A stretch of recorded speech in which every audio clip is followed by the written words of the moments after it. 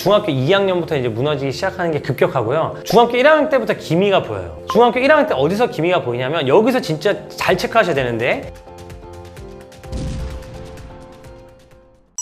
아이의 수학 공부 망치는 말 1위는 무엇인가요? 네, 저는 부모님 말 중에 가장 큰 게 뭐라고 생각하냐면, 이거 약간 의외라고 생각하실 수 있는데요. 알겠지? 라고 생각해요. 알겠지? 알겠지라고 하면 아이들이 뭐라고 할까요? 아니, 모르겠어. 이거 다행입니다. 알겠어? 라고 물어봤는데 아이가 모르겠는데 라고 하잖아요. 정말로 와, 우리 아이는 됐다 생각하셔야 돼요. 대부분의 아이들은 알겠지 그러면 이렇게 알겠다고 해요. 예, 근데 부모님들이 알겠지? 라고 물어보신 이유는 뭘까요? 네가 빨리 알았으면 좋겠거든요. 그러니까 빨리 알고 넘어가고 싶은 거예요. 그런데 진짜로 수학을 잘 가르치고 싶으면 알겠지라고 물어보지 않죠. 얘가 진짜 알았는지 안 알았는지를 제가 판단을 해야 되죠. 그리고 그걸 제가 판단할 수 없는 영역이 되면 제가 이미 가르칠 수 없는 영역이라고 저는 생각하거든요. 얘한테 알겠지? 라고 물어보는 순간 아이는 알겠어 라고 하고 나는 알겠다며 하고 넘어가요. 그리고 나중에 얘한테 문제를 풀렸거든요. 그럼 아이가 문제를 푸는데 못 풀어요. 그럼 엄마가 뭐라고 하죠? 알겠다며 라고 하는 경우가 많아요. 저는 일단 여러 가지 말이 있지만 일단 한 가지부터 멈추자, 이 말 쓰지 말자는 알겠지? 라고 생각합니다. 공부 잘하는 아이들이 하는 질문이 있나요? 공부 잘하는 아이들이 하는 질문하고 공부를 못하는 아이들의 질문이 약간 뉘앙스만 보면 딱 다른데요. 뭐가 다르냐면, 공부를 못하는 아이들의 질문은 일단 뭐 질문을 많이 안 하긴 하는데, 제가 이해했어? 뭘 모르겠어요? 그냥 모르겠어요. 근데 공부 잘하는 아이들의 질문은 뭐냐면, 제가 지금 거기서 이걸 모르겠어 라고 얘기를 해요. 그러니까 공부를 잘하는 아이들과 공부를 못하는 아이들의 차이가 뭐냐면 결국 저는 메타인지라고 생각해요. 내가 뭘 알고 있고 뭘 모르고 있는지를 파악하는 거예요. 그래서 내가 지금 이게 이해가 안 가네 라고 생각하는 거거든요. 근데 공부를 잘하지 않는 아이들의 질문은 굉장히 모호해요. 선생님, 저 무슨 말이에요? 이렇게 되는 경우가 많아요. 특히 이제 수학은 좀 많아요. 뭘 물어봐야 될지 모르겠다 이거거든요. 그런데 제가 공부 잘하는 애들 어떻게 하라도 물어보냐면, 선생님 제가 여기까지는 이해를 했거든요. 여기서부터 모르겠어요. 차라리 선생님 저는요 첫 부분부터 이해가 안 갔어요. 첫 문장이 무슨 뜻인지 모르겠어요. 이렇게 질문을 해요. 근데 공부를 잘하지 못하는 아이들일수록 어떻게 얘기하는 경향이 크냐면, 차라리 선생님 저는 처음부터 모르겠어요 라고 말을 해주면 좋은데 그냥 다짜고짜 모르겠어요, 하나도 모르겠어요 이렇게 얘기를 한다는 거죠. 하나도 모르겠어요와 선생님 저는 처음에 말씀하신 것부터 이해가 안 가는 굉장히 다르거든요. 하나도 모르겠어요는 그냥 모르겠다는 거예요. 근데 선생님 처음에 말씀하신 것부터 잘 이해가 안 가요 라고 하는 거는 완전히 다르다는 거죠. 이게 메타인지입니다. 메타인지. 그래서 여러분들이 정말 이거에 대해서 잘 생각하시고, 정말 아이한테 네가 모르는 게 뭐냐 정확하게 생각해봐. 너가 지금 알고 있는 건 뭐니? 이 문제에서 네가 알고 있는 건 뭐야? 네가 지금까지 배운 것 중에 이해가 가는 건 뭐고 이해가 안 가는 건 뭐야? 이거를 계속 물어봐 주시는 게 수학 공부에 엄청나게 도움이 됩니다. 수학 공부뿐만이 아니죠. 거의 모든 공부에 저는 다 도움이 된다고 생각해요. 초등 수학에서 계산하는 것보다 중요한 게 있나요?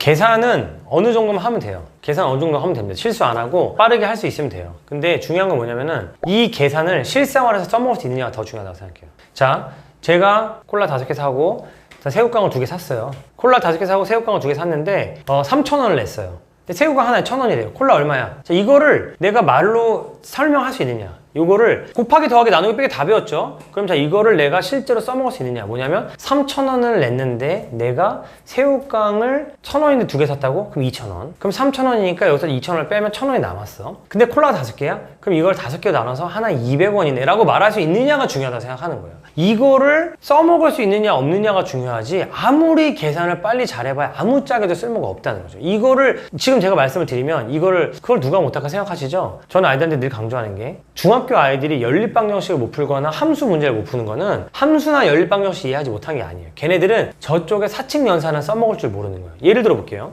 사탕을 10개씩 5명한테 나눠줬어요. 자, 어떻게 계산하면 될까요? 10개씩 5명한테 나눠줬습니다. 여러분도 어떻게 계산하시겠어요? 식으로 나타내보세요. 그러면 모르겠어요. 여러분들도 착각하시는 분도 있겠지만 당연히 10개씩 5명한테 나눠줬으니까 50이잖아요. 10 곱하기 5. 근데 많은 아이들이 어떻게 하냐면 그냥 2라고 그래요. 왜일까요? 10개인데 나눠줬다며 5명, 2개 이렇게 하는 거죠.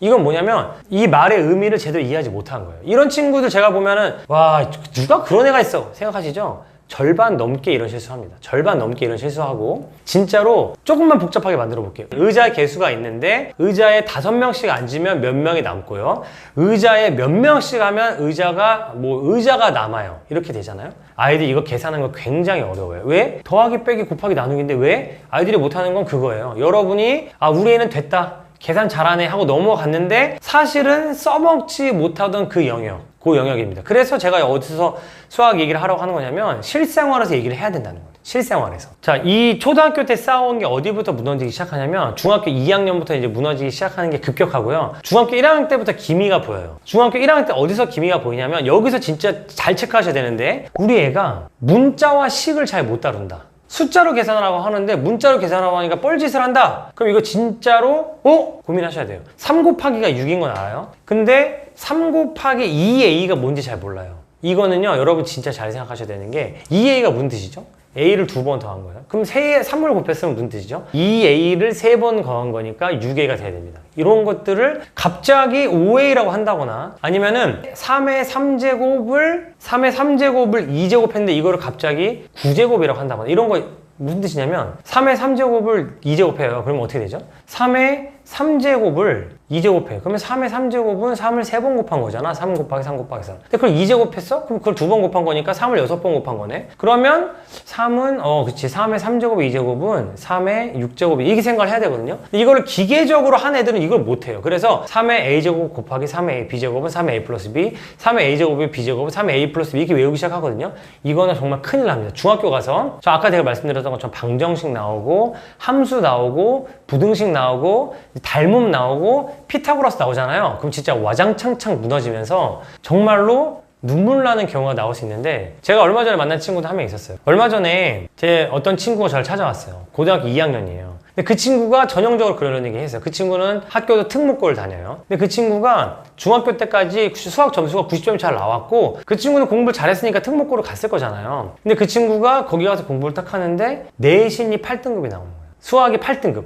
애들이 그냥 수학을 잘하니까 뭐 그러겠지라고 생각했지만 그 친구는 고등학교 그 2학년 때 모의고사도 7등급이 나와요. 그러니까 무너진 거예요. 완전히 무너졌거든요. 근데 중학교 때 90점 이하로 받아본 적이 없어요. 지금 제가 문제를 풀려보잖아요. 모르는 내용도 별로 없어요, 사실은. 근데 왜 그게 안 될까요? 제가 지금 말씀드린 것처럼 식을 딱 보고 세우거나 이런 게 잘 안 되고 자유자재가 안 되고 이런 친구들은 정말로 고등학교 가면 무너지는 경우가 있습니다. 이 친구는 조금 더 속상하고 많이 힘든 경우지만 이런 경우가 많아요. 근데 이 친구는 오히려 더 뭐가 문제인지 아세요? 중학교 3학년 때 잘 버틴 게 더 문제예요. 중학교 3학년 때 이걸 캐치해서 딱 메꾸고 왔어야 되는데 중학교 1학년 때 그래, 유형으로 커버하고 2학년 때 유형을 커버하고 3학년 때 유형을 커버하고 점수가 잘 나오는 것 같으니까 공통수학 미리 풀리고 두세 바퀴 돌려서 유형으로 커버했어요. 근데 어떻게 되냐면 기본 문제가 안 풀리면서 막 7등급 8등급 떨어지는 거죠. 이런 친구들이 꽤 많이 있어요. 이게 정도의 차이지 이 성향 차이가 굉장히 두드러집니다. 근데 이게 조짐이 언제부터 나타나느냐? 문자와 식이 나타났을 때